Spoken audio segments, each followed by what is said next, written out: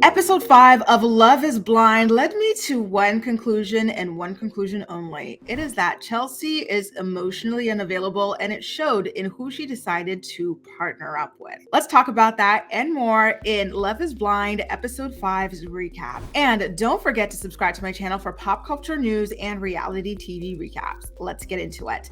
Jimmy proposes and Chelsea accepts his proposal. He claims that he couldn't care less what she looks like, but that's because he is already under the impression that she is a Megan Fox bombshell lookalike.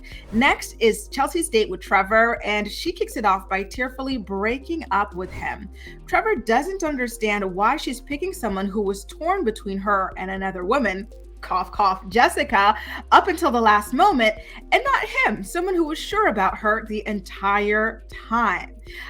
Well, that's the thing, you guys. This show is consistently proving that most people are emotionally unavailable, and they don't go for the people who were there, ready, and willing to be with them. Do you know what this reminds me of? Kwame, Chelsea, and Micah's love triangle. Kwame really wanted to get with Micah because Micah was not giving him her all. She was torn between him and Paul. Chelsea was giving Kwame her all, and we saw how he dragged his feet throughout that entire relationship and engagement, and he flirted with Micah behind Chelsea's back on the show. This is the vibe that I'm getting here. It's all about chasing someone and trying to prove to yourself that you are worthy of love. If someone gives it to you too easily, you just don't want it, basically. Now, Trevor wonders if Chelsea would have said yes to him if he had proposed first, and Chelsea doesn't answer, which Trevor says, listen, that's not a good sign for your relationship with Jimmy that you can't answer this question unequivocally. And that is a good point, right? Why couldn't Chelsea answer that question immediately? It's like I said in the episode 4's recap, I think that Chelsea is trying to prove to herself that she's worthy, and she was also competing with Jessica as well, which is why she let the Megan Fox thing slip.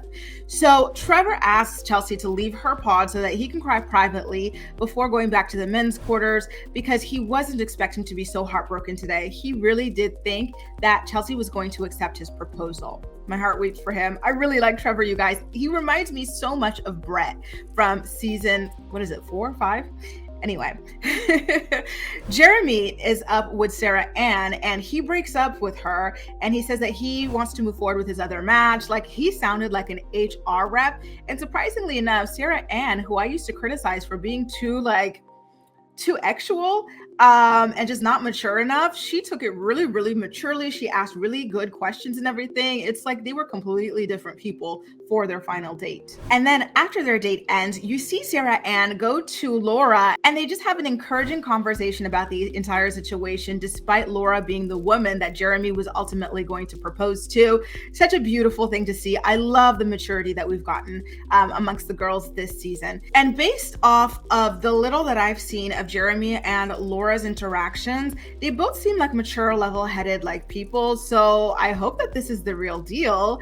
And they do also visually look good together. This is so important to me. Sometimes when I'm walking around and I see these couples, most of the time the couples fit. You're like, okay, this makes sense. You know what I mean? Sometimes you see couples where you're like, you guys look a little odd together, but okay. This is a couple that actually looks good together to me. They fit. So it's time for the big reveal, and Jimmy instantly tells Chelsea that he finds her gorgeous twice, so maybe it doesn't matter that she lied about the whole Megan Fox thing. And Chelsea seems to be very attracted to Jimmy as well, so that's nice. But here's the kicker. Jimmy did not forget about who she said she looks like, so in his confessional, he says that Chelsea lied about looking like Megan Fox, but it's okay because he's still attracted to her and he can work with what she's got.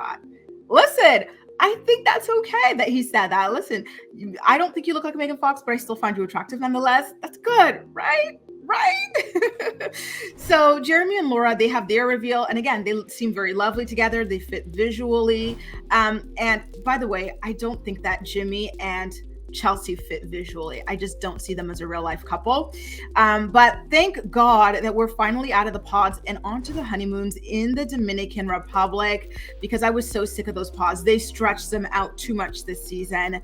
Jimmy is still complimenting Chelsea a lot. He's constantly calling her gorgeous, And I guess that words of affirmation are his love language, which is nice. And I think that Chelsea returns the compliment pretty often as well. He confronts her with a story that he was told, claiming that when he told her he loved her, she went running and screaming in the ladies' quarters about it, like not being discreet at all, which isn't true. And Chelsea corrects the story. I guess that's something that Jess told him when she was like burning his balls in her final like date with him, like exaggerated the story or whatever because she was pissed at Jimmy, but voila.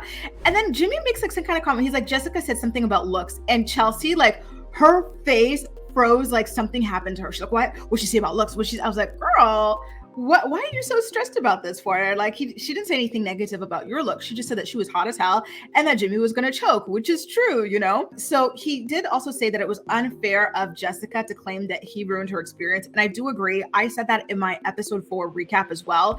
No one told Jessica to focus exclusively on Jimmy. It was not a smart move.